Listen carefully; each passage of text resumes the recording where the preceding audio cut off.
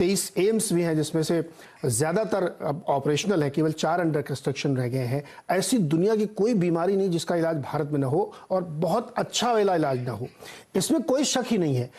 Covid की चर्चा आप लोगों ने की, मैं उसमें ये अपनी तरफ से जोड़ देता हूं कि 200 करोड़ वायल लगा देना मजाक नहीं है, इतनी बड़ी आबादी को लगा देना, ये सब कमेंडेबल जॉब है, इसमें कोई शक नहीं है हमें।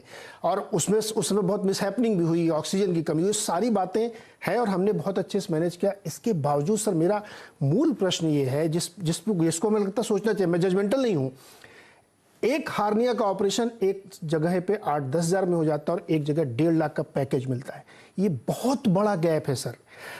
और हमको ये या किसी भी व्यक्ति को ये हक होना चाहिए कि वो एक अच्छे हॉस्पिटल में, हाइजीनिक हॉस्पिटल में ऑपरेशन करा सके। ये जो डिफरेंस, ये जो डिवाइड क्रिएट हो रहा है ना, ये बहुत बड़ा है सर, और ये ज़्यादातर जगहों पे अब होता हुआ दिख रहा है। तो मैं ये जानने की आप लोगों से कोशिश भी करता हूँ, मैं एक दुबे जी से कमेंट ले लूँ कि हमें इसको कहीं ना कहीं एड्रेस करना पड़ेगा। और कोविड के दौरान में आपने सही कहा कि इंफ्रास्ट्रक्चर कमी नहीं थी, एक यूनिफाइड सिस्टम नहीं था। हमें कोविड के दौरान ये नहीं पता था देश में कि बगल वाले जिले में कितने बेड खाली हैं, क्योंकि हमने वो कभी सिस्टम क्रिएट ही नहीं किया, जरूरत ही नहीं पड़ी हमें कि एक यूनिफाइड सिस्टम, एक नेटवर्क क्रिएट किया चाहिए। दुबे जी, आपका एक्सपीरियंस कैसा है? देखिए, हमारे दोनों आदरणीय चिकित्सकों ने जो कहा है, मैं उससे सहमत होते हुए अपनी बात कह रहा हूं, मैं उनसे असहमत नहीं हूं। मैं जिस तरह शिक्षा की हम लोगों ने अभी थोड़ी देर पहले विश्लेषण किया था, मैं स्वास्थ्य के क्षेत्र का भी विश्लेषण उसी तर्ज में करना चाहूंगा कि इसकी भी 2 कहानियां हैं।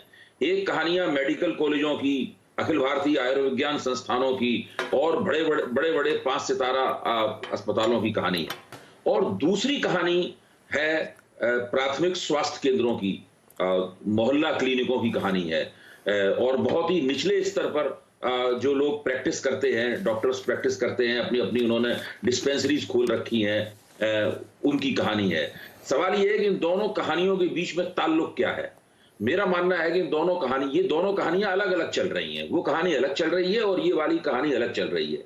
जो नीचे वाली कहानी है उसकी तरफ कोई भी ध्यान नहीं दे रहा है, वो लगातार उसका ग्राफ नीचे की तरफ गिर रहा है। इसीलिए जिनको आप कह रहे हैं कि इस देश की 65 से 70% आबादी उस नीची वाली कहानी में फंसी हुई है, और जो ऊपर वाली कहानी में लोग हैं वो केवल 25-30% लोग हैं जो ऊपर वाली कहानी से ताल्लुक रखते हैं। समस्याएं वहां भी हैं, समस्याएं यहां भी हैं, वहां कुछ लेकिन खूबियां भी हैं ऊपर वाली कहानी में, नीचे वाली कहानी में कोई भी खूबी नहीं है।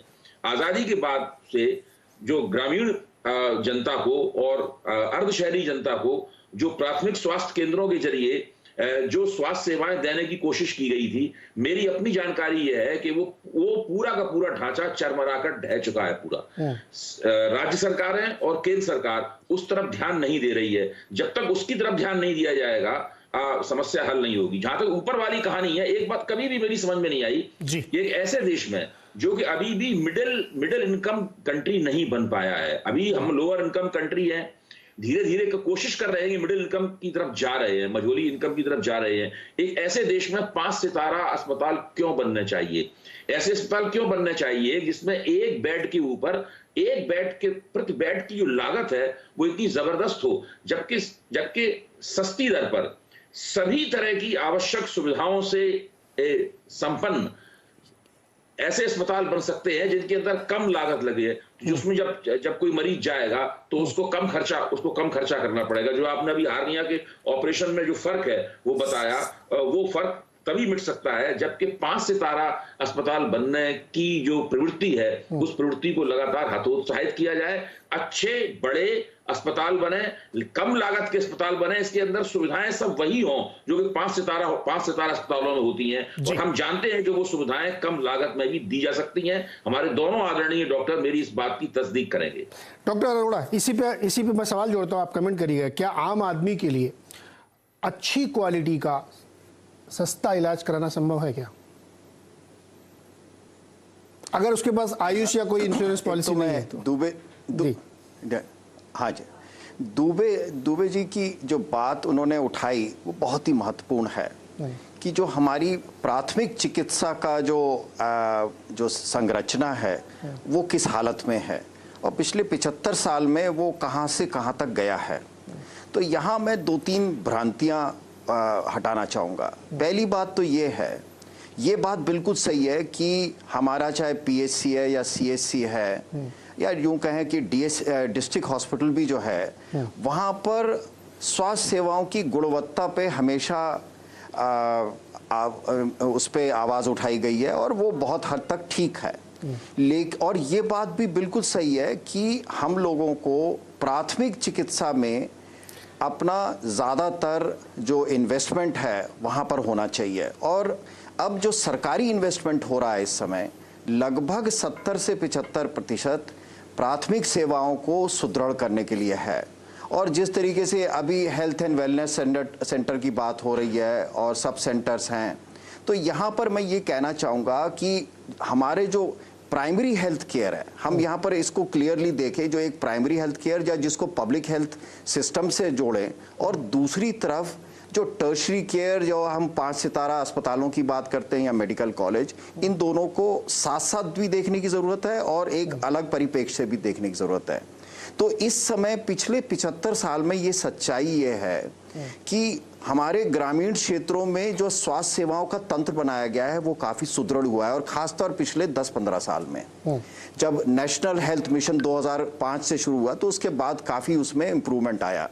लेकिन साथ ही साथ एक हमारी बहुत बड़ी समस्या रही है और उसकी तरफ क्या किया जा रहा है मैं उसके बारे में बताना चाहूंगा कि आज जो है मैं किसी भी प्रदेश में चला जाऊं, अगर मैं सरकारी स्वास्थ्य की सेवाओं को देखूं तो डॉक्टर्स की लगभग 40 से 50% कमी है, यानी कि डॉक्टर्स उपलब्ध नहीं है। और यही देखते हुए 2009 में, यानी आज से ज्यादा पुरानी बात नहीं है, 13 साल पुरानी बात है, उस समय भारत में केवल 28,000 डॉक्टर्स प्रति वर्ष निकलते थे और आज 2022 में 92,000 डॉक्टर हो गए हैं। इस पिछले 12-13 साल में बहुत तेजी से इस चीज को रियलाइज किया गया। मैं उस पूरी इस जर्नी से जुड़ा रहा हूं कि ये सबसे जरूरी है। हमें इस समय लगभग 15 लाख डॉक्टर हैं हमारे यहाँ और हमें लगभग जरूरत है 30 लाख, क्योंकि जब तक डॉक्टर की मात्रा सफिशिएंट नहीं होगी तो हमारे यहाँ